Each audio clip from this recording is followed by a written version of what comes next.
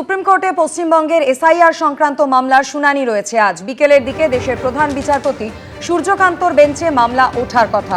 আরো বিস্তারিত আমাদের জানাবেন প্রতিনিধি বিজেন্দ্র সিংহ আমাদের সঙ্গে রয়েছেন। বিজেন্দ্র, আর 16 দিন পরেই রাজ্যে ভোট, এই আবহে এসআইআর সংক্রান্ত মামলার শুনানি আজ কখন শুরু হবে? মাধুরী, আজকে 4টের সময় হিয়ারিং রয়েছে সুপ্রিম কোর্টে এবং এর আগে যেদিন অ্যাডজার্ন হয়েছিল সুপ্রিম কোর্টে কেস, সেদিন তারা ঠিক করেছিলেন কি আজকে 6 তারিখ সন্ধ্যে 4টে বিশেষ বেঞ্চ বসবে এবং তারা শুনানি করবেন এসআইআর এর ম্যাটারে। আজকের ডেট এই জন্য দেওয়া হয়েছিল কি আজকে হলো ফার্স্ট ফেজ অফ নমিনেশনের লাস্ট ডেট এবং সবাই চাইছিলেন কি সেদিন যেন সুপ্রিম কোর্ট শুনানি করে। এখানে সব থেকে বড় প্রশ্ন হচ্ছে কি যেটা অ্যাডজুডিকেশনের জন্য 60 লক্ষের নাম ছিল, সেটা তো সুপ্রিম কোর্ট বলেছিল কি যেটা ফার্স্ট ফেজে ভোটগুলো রয়েছে জুডিশিয়াল অফিসাররা যেন প্রথমেই সেটাকে ক্লিয়ার করে দেন এবং সেটা খুব সম্ভবত আজকে সন্ধ্যের দিকে ক্লিয়ারও হয়ে যাবে। তার কারণ হচ্ছে কি যেদিন লাস্ট ডেট অফ নমিনেশন হয় সেদিন ভোটার লিস্ট ফ্রিজ হয়ে যায় ইলেকশন কমিশনের নিয়ম অনুযায়ী। সেক্ষেত্রে এই যারা ভোটার হবেন তারা ভোটার লিস্টের নাম উঠে যাবে, এটাই মনোভাব ছিল সুপ্রিম কোর্টের। কিন্তু তার সঙ্গে সঙ্গে এই প্রশ্ন রয়েছে কি যাদের নাম বাদ গেছে তারা এখন কি করবেন? তারা ট্রাইব্যুনালে যাচ্ছেন, ট্রাইব্যুনাল এখন অর্ডার দেবে, তারপরে তাদের নাম ভোটার তালিকায় আসবে কি আসবে না সেটা ট্রাইব্যুনালের উপর নির্ভর করছে। সেক্ষেত্রে তারা কি এই ভোটে অংশ নিতে পারবেন যদি আজকে ভোটার লিস্ট ফ্রিজ হয়ে যায়? এই প্রশ্নের জবাব আজকে আমরা সুপ্রিম কোর্টে পাবো, কেন কি সুপ্রিম কোর্ট একটা ইঙ্গিত দিয়েছিল এর আগে হিয়ারিং এর দিন কি হয়তো তারা এই ভোটে অংশ নিতে পারবেন না যাদের অ্যাডজুডিকেশন তাদের পক্ষে হয়নি, যাদের নাম ডিলিট হয়ে গেছে এবং যাদের কেস পেন্ডিং রয়েছে ট্রাইব্যুনাল হয়তো সময় লাগাবে তাদের অর্ডার দিতে। সেক্ষেত্রে হয়তো ইলেকশন তখন পার হয়ে যাবে, তো এই ইলেকশনে তারা অংশ নিতে পারবেন না, কিন্তু পরবর্তী ইলেকশনগুলোতে তারা অংশ নিতে পারবেন। এটা সুপ্রিম কোর্টের একটা ইঙ্গিত ছিল, তবে আনুষ্ঠানিকভাবে আজকে রিপোর্ট সুপ্রিম কোর্ট কি হচ্ছে সেটা দেখতে হবে। আরো একটা উদাহরণ দিয়ে যদি আমি বলি মাধুরী, সেটা হলো রাতুয়া 48 নম্বর বিধানসভা কেন্দ্র, সেখানে কংগ্রেস প্রার্থী করেছে মোহাম্মদ মুতাইবুর আলমকে। তার নাম গত শুক্রবার ডিলিট হয়ে গেছে। এখন তিনি যদি ভোটারই না হন তাহলে তিনি প্রার্থী কি হবেন? আজকে 3টে অব্দি নমিনেশনের লাস্ট ডেট রয়েছে ফার্স্ট ফেজের এবং তার আইনজীবী এখন সুপ্রিম কোর্টের দ্বারস্থ হয়েছেন কি যদি সুপ্রিম কোর্টের আগে নির্দেশও দিয়েছিল যে প্রার্থীদের নাম যেন আগে ক্লিয়ার করে দেওয়া হয় এডুকেশনে, তার নাম ডিলিট হয়ে গেছে শুক্রবার। এখন ট্রাইব্যুনালে যাওয়ারও সময় নেই তার, আজকে 3টে সময় অব্দি নমিনেশনের টাইম রয়েছে। একটা ক্যান্ডিডেটের এর আগে আমরা দেখেছি ফারাক্কার নাম ক্লিয়ার হয়েছে গতকাল, যিনি আজকে নমিনেশন ফাইল করবেন কংগ্রেসের, সেটা সুপ্রিম কোর্টের অর্ডারের পরে হয়েছিল। কিন্তু আরো একজন কংগ্রেসের প্রার্থী আজকে সুপ্রিম কোর্টের দ্বারস্থ হয়েছে রাতুয়া থেকে কংগ্রেসের প্রার্থী মোহাম্মদ মুতাইবুর আলম। তার নাম গত শুক্রবার ডিলিট হয়ে গেছে অ্যাডজুডিকেশনে, এখন তিনি ভোটার লিস্টে নয়। সেক্ষেত্রে যদি ভোটারই না হন তাহলে তিনি নমিনেশন করে ফাইল করবেন। এটা নিয়ে তারা আজকে সুপ্রিম কোর্টে আসছেন, এখন দেখতে হবে সুপ্রিম কোর্ট তার ক্ষেত্রে কি নির্দেশ দেয়। ধন্যবাদ বিজেন্দ্র। গত বুধবার মালদার মোথাবাড়ির ঘটনা, যেখানে আদালতের নির্দেশে কর্তব্যরত জুডিশিয়াল অফিসারদের ঘেরাও করে রাখা এবং তাদের বেরোনোর সময় তাদের ওপর হামলার ঘটনা, যে ঘটনায় সুপ্রিম কোর্ট কিন্তু ইতিমধ্যেই কড়া ভৎসনা করেছে প্রশাসনকে, আপনারা জানেন। এবং সেই ঘটনায় আজকে ইলেকশন কমিশনের নির্দেশে এনআইএ যারা তদন্ত করছে সুপ্রিম কোর্টে তাদের রিপোর্ট দেওয়ার কথা রয়েছে। এই নিয়ে কথা বলবো, বিজেন্দ্র সিংহ আমাদের সঙ্গে রয়েছেন টেলিফোন লাইনে। বিজেন্দ্র, একেবারে প্রশাসনকে আগের দিন সুপ্রিম কোর্ট তুলোধনা করেছে, রাজ্যের আইন শৃঙ্খলা পরিস্থিতি সর্বতোভাবে ভেঙে পড়েছে, তার পাশাপাশি যেভাবে বিচারকদের উপরে হামলার ঘটনা ঘটেছে অত্যন্ত নক্কারজনক, এমনটাই তাদের মন্তব্য ছিল। সেই ঘটনাক্রম এবং তার প্রেক্ষিতে আজকে এনআইএর যে রিপোর্ট দেওয়ার কথা রয়েছে সেই সম্পর্কে জানতে চাই। সেদিন সুমত কেস নিয়েছিল সুপ্রিম কোর্ট, যখন কলকাতা হাইকোর্টের চিফ জাস্টিস একটা চিঠি পাঠিয়েছিলেন সুপ্রিম কোর্টের কাছে। রাত অব্দি জেগেছিলেন চিফ জাস্টিস নিজে, তিনি জানিয়েছিলেন কিভাবে উদ্ধার করা হলো এই জুডিশিয়াল অফিসারদেরকে 5 জনকে, যার মধ্যে 3 জন মহিলা ছিলেন। সেটা আমরা সুপ্রিম কোর্টের চিফ জাস্টিসের মুখে শুনেছিলাম এর আগে যখন হিয়ারিং হয়েছিল। এবং সেদিন যেটা অর্ডার দিয়েছিল সুপ্রিম কোর্ট, লিখিত অর্ডার, সেটাতে বলা হয়েছিল যে এটা জুডিশিয়াল অফিসারদেরকে ভয় দেখানোর জন্য করা হয়েছিল, পরিকল্পিতভাবে করা হয়েছিল এবং এটা সুপ্রিম কোর্টের অথরিটিকে চ্যালেঞ্জ করার জন্য করা হয়েছে।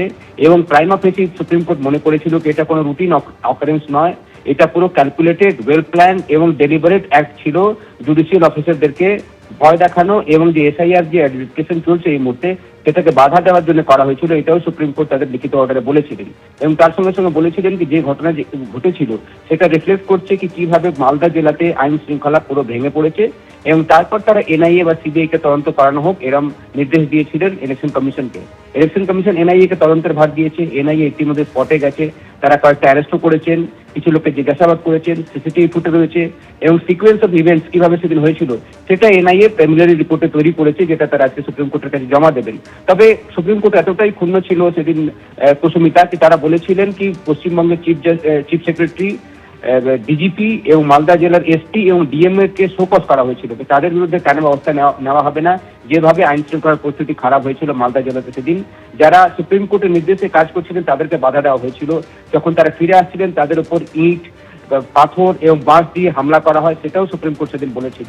এর পরিপ্রেক্ষিতে আজকে 4টের সময় যখন হিয়ারিং হবে, একদিকে প্রিলিমিনারি রিপোর্ট জমা দেবে এনআইএ, অন্যদিকে এই যে 4 আধিকারিক যাদেরকে সুপ্রিম কোর্ট প্রকাশ করেছিল তাদেরকেও অনলাইন উপস্থিত থাকতে হবে আজকে সুপ্রিম কোর্টে। তারা নিজেই তাদের ব্যাখ্যা দেবেন কি কিভাবে সেদিন তারা বিফল হয়েছিলেন, কেন কি যখন চিফ জাস্টিসকে হস্তক্ষেপ করতে হয়েছিল এই 7 জন জুডিশিয়াল অফিসারকে উদ্ধার করার জন্য, সেটা 4টের সময় হিয়ারিং এ জানা যাবে কি প্রিলিমিনারি রিপোর্টে কি বলছে এনআইএ এবং এই অফিসাররা তাদের ব্যাখ্যা কি দিচ্ছেন, কি মালদা জেলাতে কিভাবে আইন শৃঙ্খলা পরিস্থিতি কার্যত ভেঙে পড়েছিল, সেটার জন্য তারা কি পদক্ষেপ নিয়েছিলেন সেটা তারা সুপ্রিম কোর্টকে জানাবেন।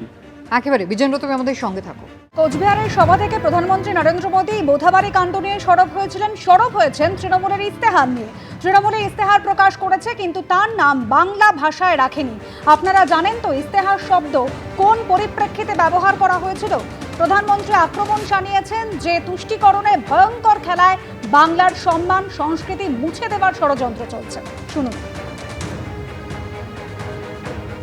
टीएमसी ने अपना घोषणा पत्र जारी किया, लेकिन उसका नाम उन्होंने बांग्ला भाषा में नहीं रखा, बल्कि उसे इश्तेहार कहा जा रहा है।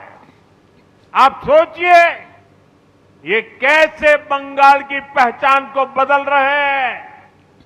आप जानते हैं ना, इश्तेहार का इस्तेमाल बंगाल में किस लिए हुआ था? 1905 में मजहबी ताकतों ने बंगाल में लाल इश्तेहार जारी किया था। उसके बाद हिंदुओं का नरसंहार किया गया था। टीएमसी हमें उसी की याद दिलाना चाहती है। आपको भूलना नहीं है, यहां निर्मम सरकार में खुलेआम धमकी दी रही है। ये खास मजहब के लोग बंगाल में हिंदुओं का रहना मुश्किल कर देंगे। तुष्टीकरण का ऐसा घिनौना खेल बंगाल के सम्मान और बंगाल की संस्कृति को मिटाने का ऐसा षड्यंत्र, लेकिन अब बहुत हो गया। अब बंगाल की पहचान बदलने वालों की विदाई बंगाल ने तय कर ली है। এই বার বাংলার পরিচয় বদলানোর চেষ্টা যে করছে তার বিদায় হবে। পাল্টা কি বলেছেন ব্রাত্য বসু, দেখুন। ইস্তেহার শব্দটা ব্যবহার করে আমরা যদি মুসলিমদের তুষ্টিকরণ, এই শব্দটা উনি ব্যবহার করেছেন, তুষ্টিকরণ করে, তাহলে উনি অনেক বেশি চীনারে তুষ্টিকরণ করেন। আর সারাক্ষণ চায়না উনি করেন, কেননা চা শব্দটা নিজেকে চা ওরা বলে। এই চা শব্দটা হচ্ছে চীনা শব্দ, চিনি শব্দটা হচ্ছে চীনা শব্দ। ওনার খুব খেতে ভালো লাগে, উনি অনেকবার ইন্টারভিউতে বলেছেন। আনারস, এই আনারস শব্দটা হচ্ছে পর্তুগিজ শব্দ। উনি যদি জানতেন যে বাংলা শব্দ ভান্ডারে বা ভারতবর্ষে যেটা ইন্দো ইউরোপিয়ান ল্যাঙ্গুয়েজ এবং তারপর যে আঞ্চলিক ভাষাগুলো গড়ে ওঠে, তার মধ্যে একটা ভাষা আরেকটা ভাষার মধ্যে ঢুকে পড়ে। একাধিক গুজরাটি শব্দ আছে যেখানে বাংলা ভাষা ব্যবহার করা হয়। এই যে আপনি আজকে ম্যানিফেস্টো বললেন, ম্যানিফেস্টো শব্দটা তো ইটালিয়ান শব্দ, এটা ইংরেজি শব্দই নয়। তাহলে একই সঙ্গে বাংলা এবং বাঙালিকে অপমান করছে। ভোটে নির্ঘণ্ট ঘোষণার পর প্রথমবার রাজ্যে এসে ফের পরিবর্তনের ডাক দিয়েছেন প্রধানমন্ত্রী। বললেন এবারে নির্বাচন হবে ভয়হীন, নিরপেক্ষ। তৃণমূল যখন এসআইআর ইস্যুতে বারবার নির্বাচন কমিশনকে নিশানা করে চলেছে, তখন প্রধানমন্ত্রী বললেন কমিশনের ওপর তার সম্পূর্ণ ভরসা রয়েছে। আর অন্যদিকে গতকাল একের পর এক সভা থেকে ইভিএম এ কারচুপির অভিযোগে তীব্র আশঙ্কা প্রকাশ করেছেন মমতা বন্দ্যোপাধ্যায়। इस बार बंगाल में निष्पक्ष चुनाव होगा, इस बार निर्भय चुनाव होगा और इस बार परिवर्तन का चुनाव होगा।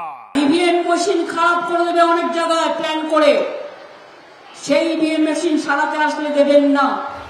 ভোটে নির্ঘণ্ট ঘোষণার পর পশ্চিমবঙ্গে প্রথম জনসভা, সেখান থেকে ফের পশ্চিমবঙ্গে পরিবর্তনের ডাক দিলেন প্রধানমন্ত্রী। বললেন এবার নির্বাচন হবে ভয়হীন, নিরপেক্ষ।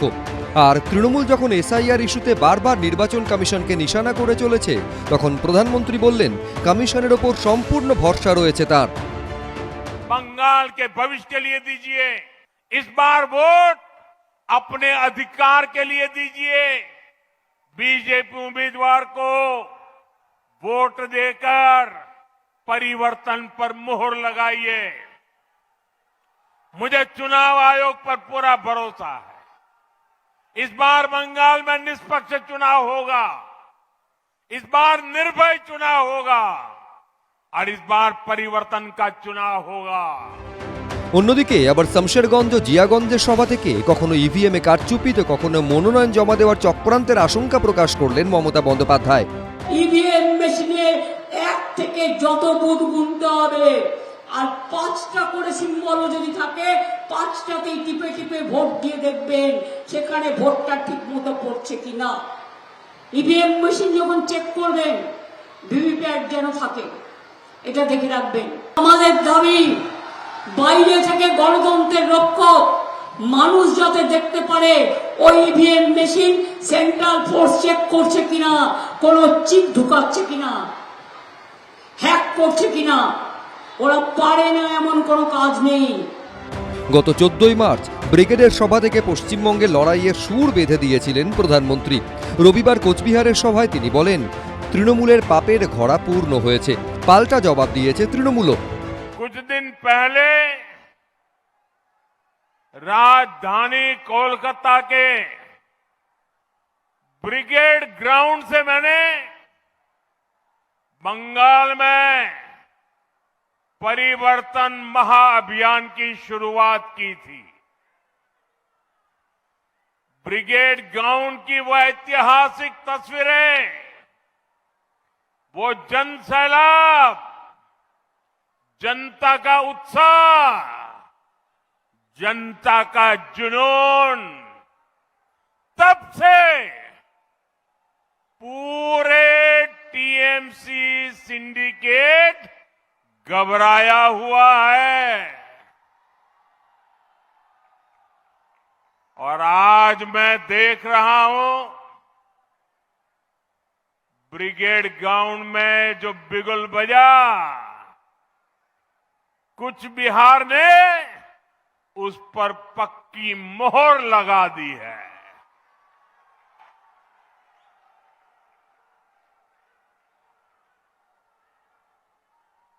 इस माहौल और हुजूम ने ये पक्का कर दिया है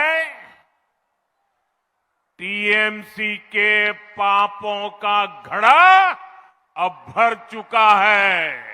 প্রধানমন্ত্রী নির্বাচন কমিশনের উপর পূর্ণ আস্থা আছে বলেছেন, কারণ ওনার দলের এজেন্ট, ওনার দলের দালাল, ওনার দলের শাখা সংগঠন, ওনার দলের গণসংগঠন, তো ওদের দিয়েই তো বিজেপি কাজ করাচ্ছে। তো ওদের উপর আস্থা রাখবে না তো কাদের উপর আস্থা রাখবে? উত্তরবঙ্গ বিজেপির শক্ত ঘাঁটি, সেখান থেকেই নির্বাচনী সভা শুরু করে পরিবর্তনের ডাক দিলেন নরেন্দ্র মোদী। কিন্তু পরিবর্তন কি হবে, নাকি ফের ক্ষমতায় আসবে তৃণমূলই? উত্তর মিলবে 4 মে। আশাবুল হোসেন, শিবাশিস মৌলিক, সুদীপ্ত আচার্য, এবিপি আনন্দ। এবিপি আনন্দ, এগিয়ে থাকে, এগিয়ে রাখে।